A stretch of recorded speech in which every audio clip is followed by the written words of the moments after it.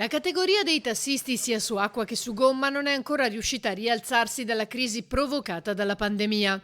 Taxi Veneto ha presentato i risultati della ricerca del centro studi CGA che fotografa la loro situazione economica. La categoria ha subito anche più di molte altre realtà le difficoltà della pandemia e del post-pandemia.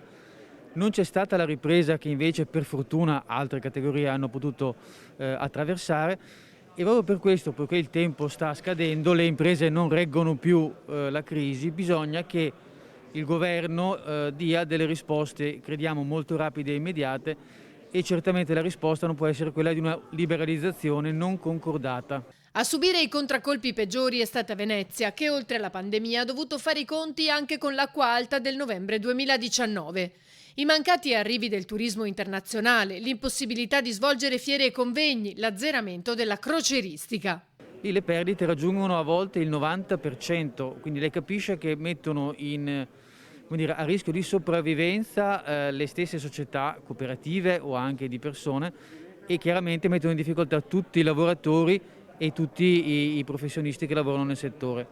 In altre province la cosa è meno grave, però in ogni caso non meno del 40-50% sul 2019, che è stato l'anno, come noi sappiamo, pre-Covid.